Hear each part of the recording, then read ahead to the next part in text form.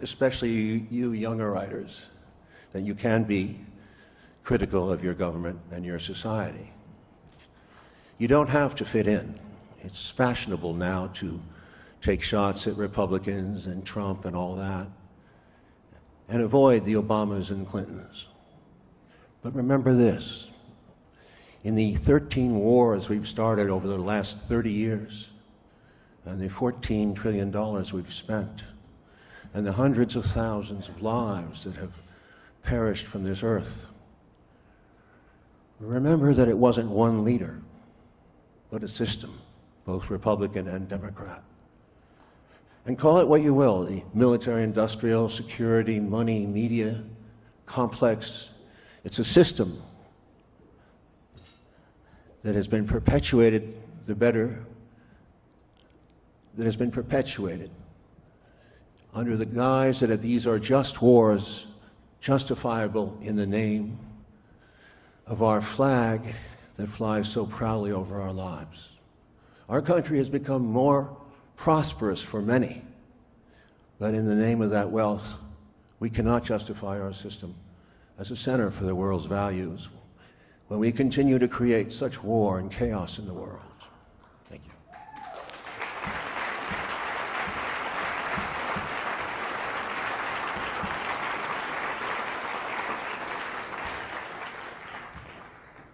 No need to go through the victims, but we know we've intervened in more than 100 countries with invasions, regime change, economic chaos, or hybrid war, soft power, whatever you want to call it. It's war of some kind. In the end, it has become a system leading to the death of this planet and the extinction of us all. I fought these people who practice war most of my life. It's a tiring game, and mostly you'll get your ass kicked. And with all the criticism and the insults that you'll receive, and the flattery too, it's important to remember, if you believe in what you're saying and you can stay the course, you can make a difference. I urge you to find a way to remain alone with yourself. Listen to your silences, not always in a writer's room. Try to find not what the crowd wants so that you can be successful, but try instead to find the true inner meaning of your life here on earth, and never give up on your heart in your struggle for peace, decency, and telling the truth. Thank you.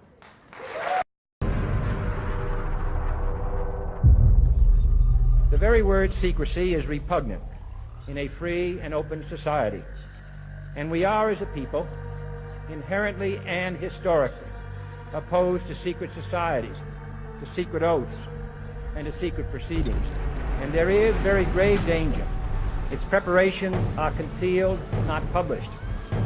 Its dissenters are silenced, not praised. That I do not intend to permit to the extent that it's in my control. But I am asking your help of informing and alerting the American people.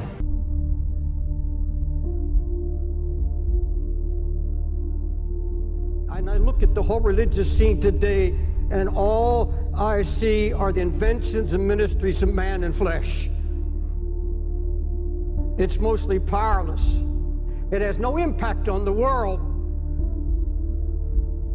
And I see more of the world coming into the church and impacting the church rather than the church impacting the world.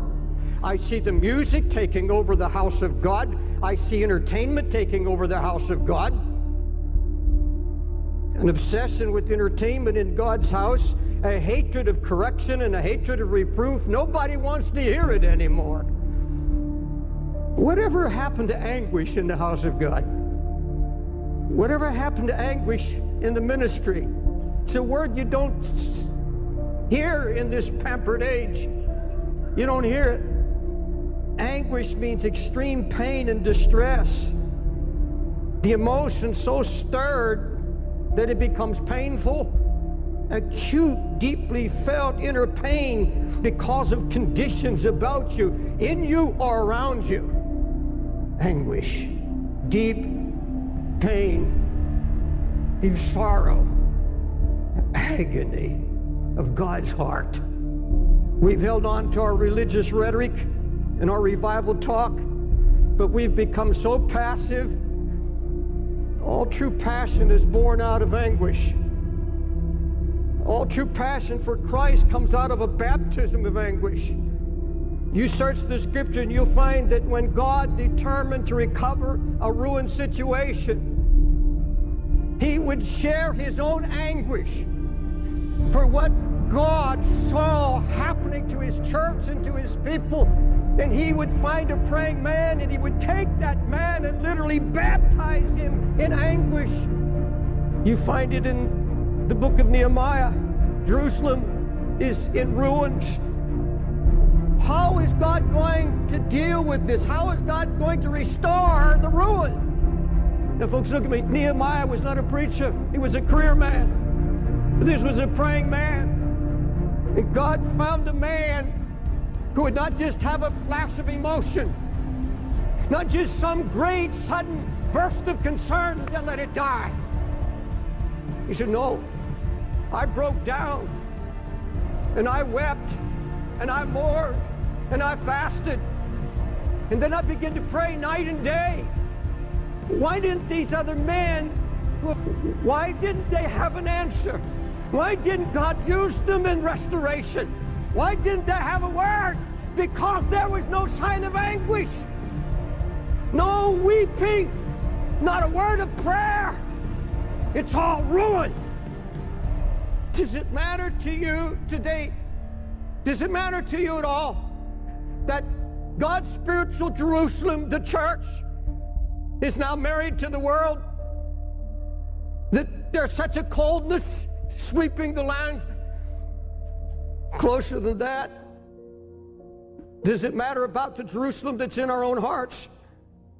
The sign of ruin that's slowly draining spiritual power and passion, blind to lukewarmness, blind to the mixture that's creeping in. That's all the devil wants to do, is get the fight out of you and kill it. So you won't labor in prayer anymore. You won't weep before God anymore. You can sit and watch television and your family go to hell. Let me ask you, is what I just said convicted you at all? There's a great difference between anguish and concern. Concern is something that begins to interest you. You take an interest in a project or a cause or a concern or a need. I'm going to tell you something I've learned over all my years, 50 years of preaching. If it is not born in anguish, if it has not been born by the Holy Spirit, where when you saw and heard of the ruin that drove you to your knees, and all our projects, all our ministries, everything we do, where are the Sunday school teachers that weep over kids they know are not hearing and they're going to hell? You see, a true prayer life begins at the place of anguish, a place where lifetime decisions are made. You see, if you set your heart to pray, God's going to come and start sharing his heart with you. You see, you either walk away and go back to your passivity and say, I'm just going to be an ordinary Christian and there's no such thing. Or your heart begins to cry out, oh God, your name is being blasphemed. The Holy Spirit's being mocked. The enemy is out trying to destroy the testimony of the Lord's faithfulness, and something has to be done. You can't go unchallenged. There's going to be no renewal, no revival, no awakening until we're willing to let him once again break us. Folks, it's getting late and it's getting serious. Please don't tell me you're concerned. Don't tell me that you want your unsaved loved one saved when you're spending hours in front of internet or television. Come on. Lord, there's some need to get this altar and confess, I am not what I was. I am not where I'm supposed to be. God, I don't have your heart or your burden. I wanted it easy. Just want to be happy. But Lord, true joy comes. True joy comes out of anguish. There's nothing of the flesh will give you joy. I don't care how much money, I don't care what kind of new house, there is absolutely nothing physical could give you joy. It's only what is accomplished by the Holy Spirit when you obey Him and take on His heart. Build the walls around your family. Build the walls around your own heart. Make you strong and impregnable against the enemy.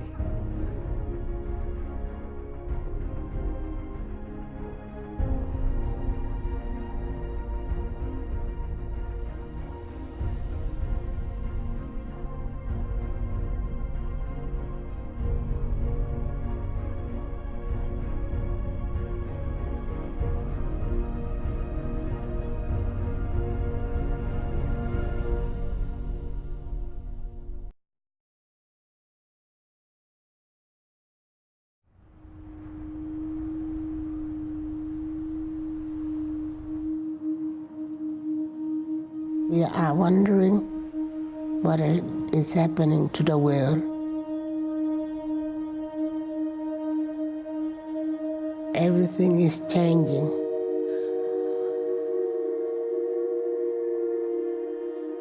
The very idea of human being some sort of natural concept is really going to change. Our bodies will be so high-tech we won't be able to really distinguish between what's natural and what's artificial. Inside our own heads is the most complex arrangement of matter in the known universe. You might ask yourself, can we get to be superhumans?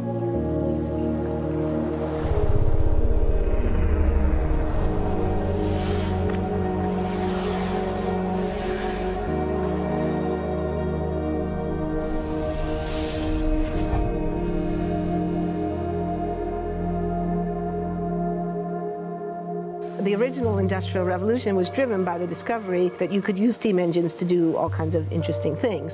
But that was followed by additional revolutions for electricity and computers and communications technology. We're now in the early stages of the fourth Industrial Revolution, which is bringing together digital, physical, and biological systems. One of the features of this fourth Industrial Revolution is that it doesn't change what we are doing, but it changes us. With the ability to visualize brain activity, for example, through a simple consumer-based EEG device, it gives us access to ourselves in ways that we've never before thought possible. It unlocks the black box that is the brain and enables us to really, truly be able to realize an identity that is aspirational. There's now a scientific foundation for the effects of mindfulness on the brain, on the genome, on biological aging. And when the human mind does know itself, then you get the potential for a new renaissance that restructures itself in terms of our relationship to life, our relationship to the planet, our relationship to work. We need a different economic model. And by that I don't mean capitalism versus communism. What I'm talking about is a shift in the system along the lines of the two big changes that happened in the 20th century, Keynesianism, with a much greater focus on health and education and the role of government working with business, and then a reaction against that in late century to neoliberalism, where the focus was on free markets, freedom of the individual, and getting governments out of the way. We need a shift to a new system that will allow us to meet the basic needs of every human on the planet, that will live within planetary means, that will be fairer, and that will be focused as its key goal, not on growth per se, but on maximizing human well-being. And history tells us that a values shift is triggered by creation of a new story about how we want to live. I see the circular economy as something which fits very closely with mankind's goal to be innovative and creative and to always progress. We can use asset tracking, we can use IT, we can use 3D printing to enable this different economic model to recover materials, feed them back into the economy, and really to decouple growth from the resource constraints we have. The reason we live in cities is not different today than it was 10,000 years ago. Even if we have got networks connecting us, we still want to have places where we meet in person. So this means the place where we work and the place where we live are much closer to each other, a city where we don't need to have big supply chains in order to produce things, where many things can be sourced locally thanks to 3D printing and robotics. So if we're able to do something to transform cities, to make them more efficient, then the impact can be huge. Think about the prospect of getting rid of plastics. We must not only be inspired or informed by nature, but actually use natural organisms with which to design products and building parts. Only instead of varying material properties, we're varying biological functionality. Design is critical today because it's the first signal of human intention. So the question of adding quality to quantity, it isn't a matter of simply circulating things that are potentially toxic. It's circulating things that are safe and healthy for all generations. So the goal is no longer, I want to be less bad, less monotonous, less unsafe, less unjust. It's really about a diverse, safe, healthy, and just world with clean air, clean water, clean soil, clean energy. Together we are fighting to preserve our fragile climate from irreversible damage and devastation of unthinkable proportions. If we think about the original Industrial Revolution, it was an energy revolution. I like to think of it as a kind of bookending of a period in human history during which we used fossil fuels, and it worked very well for us for a long time. But now we have to bring that to an end. We have energy technologies that can power our civilization: solar, wind, biomass. So then the question is, well, how do we get grid integration? Maybe the wind is blowing in Denmark, the sun is shining in Germany, and now you can move that electricity through an integrated grid. You can supply energy to everyone who needs it, and you can supply energy at all times.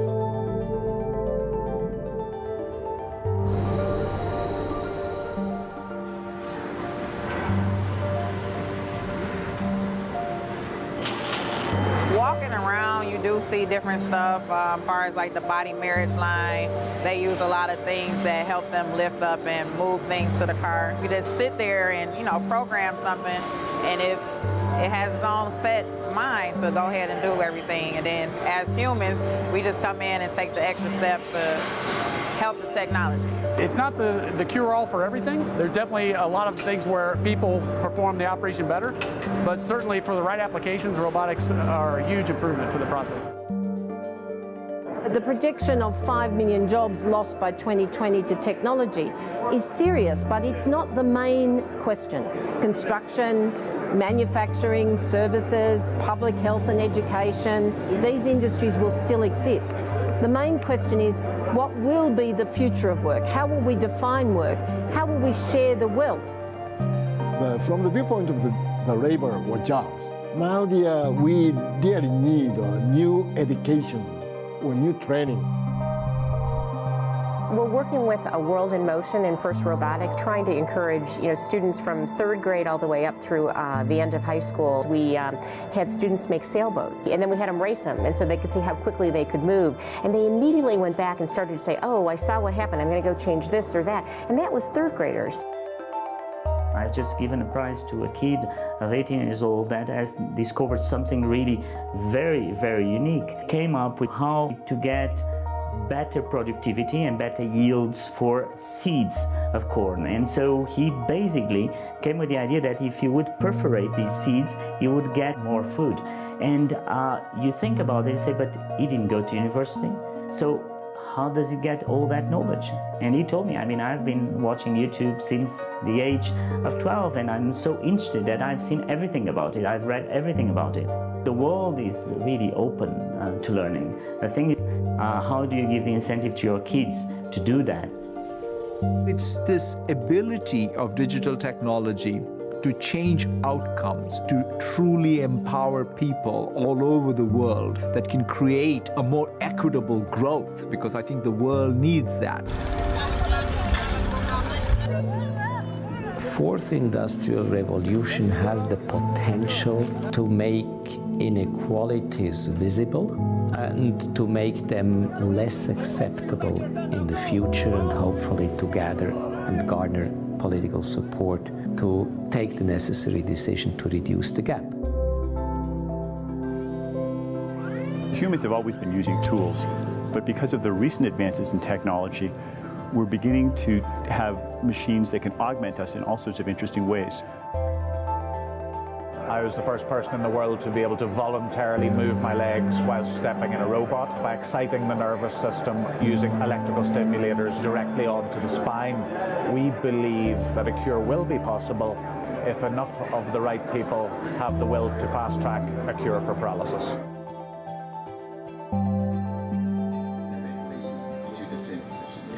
We take two things from the patient. First, we take a three-dimensional X-ray, and we extract the three-dimensional data out of that so we can make a perfectly shaped puzzle piece. And then we also take a sample of fat tissue from the patient so that we can extract the stem cells out of those. And we use those stem cells with this three-dimensional scaffold that we fabricate, and after 3 weeks, we have a piece of living bone that's ready for implantation. Being able to use genome editing to understand the genetic changes that lead to cancer, and technologies like drug delivery, getting molecules into particular types of cells. There's a lot of excitement about being able to move much more quickly on this disease. One of the things that I think is so essential to free and open societies is freedom of thought. And up until now, the conversation we've been having is around freedom of speech. Once we can access people's thoughts and access people's emotion, we have to create a space that enables people to think freely, to think divergent thoughts, to think creative thoughts. And in a society where people fear having those thoughts, the likelihood of being able to enjoy progress is significantly diminished. We need to take responsibility at every level of society, from the individual and the personal to the institutional to the global, to adapt to these technological challenges and changes which are redefining what it means to be human, what it means to work, what it means to be completely embedded in this world. People always ask me if I'm an optimist or a pessimist. The technology exists, but how do we get it and implement it at the scale we need at a price that people around the world can afford? Even though we have everyday problems we have to solve, we have to find a way to lay the foundations for the innovations of tomorrow. Just a year ago, we passed 400 parts per million of carbon dioxide in the atmosphere. Now, the pre-industrial level was about 280 parts per million. So human society in the industrial era has raised the level of CO2 in the atmosphere by about 40%, and many people fear that before we're done, we're going to double it or even triple it.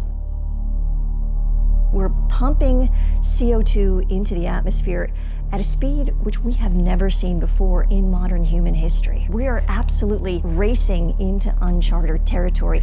In our lifetime, human beings left behind the Holocene, this 10,000-year period of benign climatic stability that coincides with the rise of human civilization.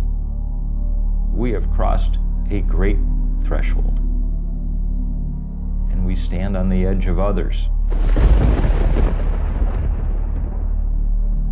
I remember when the Weather Channel was this kind of like nice, sleepy little station. Now it's like a horror show. The climate is being disrupted. That's not for next year or 1,000 years from now. That's happening right now.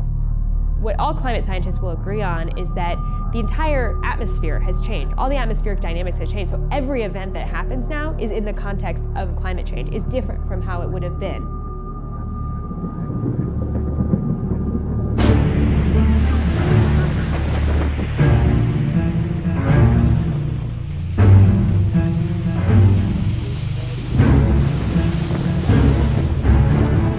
Typhoon slammed the Philippines with winds of 195 miles per hour. That's higher than the winds from Hurricane Sandy and Katrina combined. The world is mobilizing to help the Philippines, but just a trickle of food and water and medicine has reached the victims of Typhoon Haiyan. More than 1 million people were forced to flee their homes, many now trying to salvage what's left. Hundreds of thousands are thronging relief centers, desperate for life's necessities. Many residents covered their faces to mask the smell of the dead while they searched for relatives in some of the hardest hit areas. This is one of the top storms ever seen on this planet.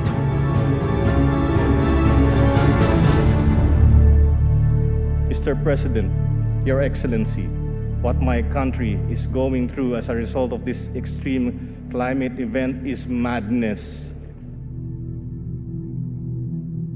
Super Typhoon Haiyan made landfall in my own family's hometown.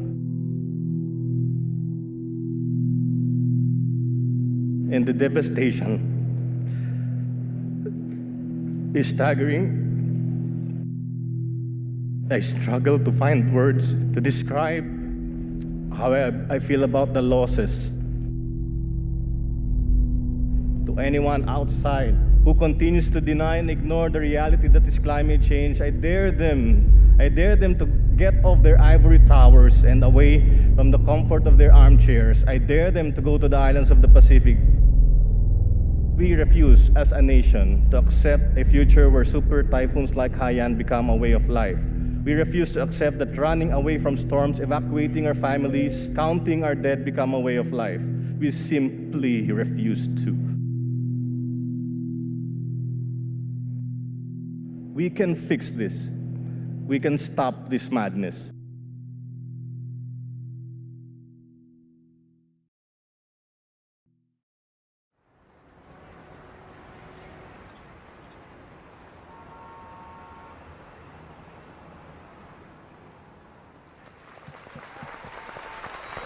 Hello, hello, hello.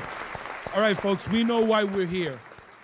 We have 80 days starting tomorrow to pull off the largest climate march in history. It's really important for folks to remember that although climate change affects everyone, the impacts are not evenly distributed.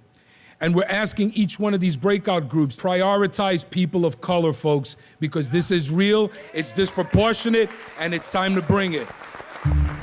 They need to act on a binding global agreement to reduce greenhouse gases. We can do that and create jobs at the same time. Part of what we're doing is moving people from fossil fuels to the solutions and also presenting them with economic opportunities around the solution. The idea of who's going to be leading this march are the people in this room. This environmental issue is the singular issue of our time, of our day, that will determine how we live, where we live, and if we live.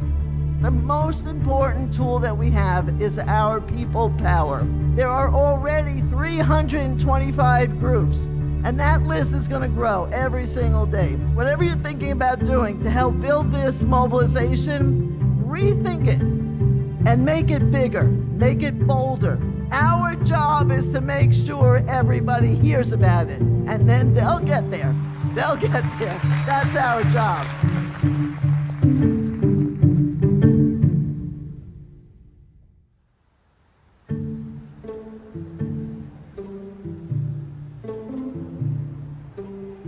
In 1982, the UN convened a first special session on nuclear disarmament. And we came together and said, when the representatives of governments all around the world gather in New York City at the UN, we need to be on the streets making our voice heard. New York City's anti-nuclear demonstration turned out to be the biggest political demonstration in U.S. history. It was, and still to this date, is the largest single gathering, if you will, of people in this country. I think there was one computer in the office. Everything else was by phone and this thing we called the mail. We now call it a snail mail, whatever. But there was something about that reality that we didn't have the technology that we now have that actually forced people to talk directly to each other. We have real peace with real justice. We will not go home and be quiet. We will go home and organize. One of the really interesting things about that demonstration is that some 600 local groups were formed, and many of those groups lasted for years afterwards. To me, the real power of that day was the organizing experience that led up to it, and then the organizing that came out of it.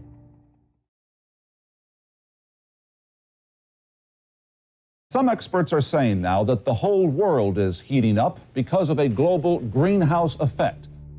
Scientists had been saying for a long time that climate change might occur, but 1988 is the year when Jim Hansen and his team at NASA say, both in the scientific peer-reviewed literature and in public, that it's actually happening. The changes in atmospheric composition that humans were making was going to have a big impact on the Earth's climate. The greenhouse effect has been detected, and it is changing our climate now. Hansen's testimony was reported on the front page of the New York Times, and there was actually a bill introduced into Congress the National Energy Policy Act to immediately begin to phase out the use of fossil fuels in order to prevent disruptive climate change. And of course, that was supported by the creation of the IPCC, the Intergovernmental Panel on Climate Change, that year. So there was political momentum, there was scientific momentum, there was strong scientific evidence, there was media attention, and then the whole thing kind of fell apart. The Earth Summit, a 12-day, 178-nation conference on the environment, began today in Rio de Janeiro. Battle lines are already drawn between the haves and the have-nots. So far, all the agreements are non-binding, requiring no specific action on the environment. As time has gone on, the scientific warnings keep intensifying, and yet there has been no effective political response. All political efforts to get a handle on this issue have essentially failed. I am the one that is burdened with finding the balance between sound environmental practice on the one hand and jobs for American families on the other. The agreement hammered out in Kyoto, Japan, requires industrialized nations to make substantial cuts in greenhouse gas emissions. The United States actually never ratified the Kyoto Protocol, which is one reason it didn't work. President Bush ignited a storm of controversy when he decided to abandon the Kyoto Protocol, which sets caps on the emissions of greenhouse gases in developed nations. For nearly 2 weeks, the U.S. delegation had blocked proposal after proposal, draft after draft, refusing to even discuss mandatory cuts in greenhouse emissions. Now we switch to the big climate conference going on in Copenhagen. Today, developing countries made themselves heard. People are dying. Led by Africa, 135 nations, including India and China, staged a 5-hour boycott, angry over what they say are insufficient carbon cuts proposed by the world's rich countries. If Hollywood had been writing the story, you know, it all would have come right in the end, and all the nations would have pledged their best effort. And nothing like that happened. The thing was a fiasco, a failure. The frustrations of the last 10 days explode on the streets of Copenhagen. Outside the Bella Center, where negotiators still haven't reached a climate agreement, 2,500 protesters try to storm the hall to make an impact. Nothing happened because the fossil fuel industry was still strong enough to scare nations into avoiding the issue. What happened in Copenhagen for a lot of people was this realization no leader was coming to save us. We have to be strong enough to scare our national leaders into doing the right thing in New York City in September. If we can demonstrate that, then better things will happen in Paris than happened in Copenhagen. These things are not separate moments in time. This is all part of one string, and what we're fighting towards in Paris is highly dependent on what happens in September. This is going to have to be the fight of our lives.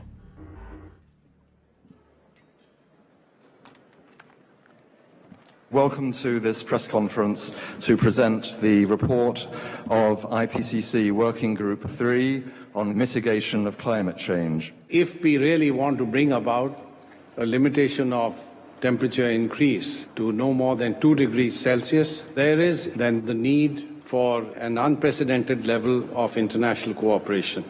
The way we've approached climate change is the scientific community builds the case, it synthesizes the evidence, it presents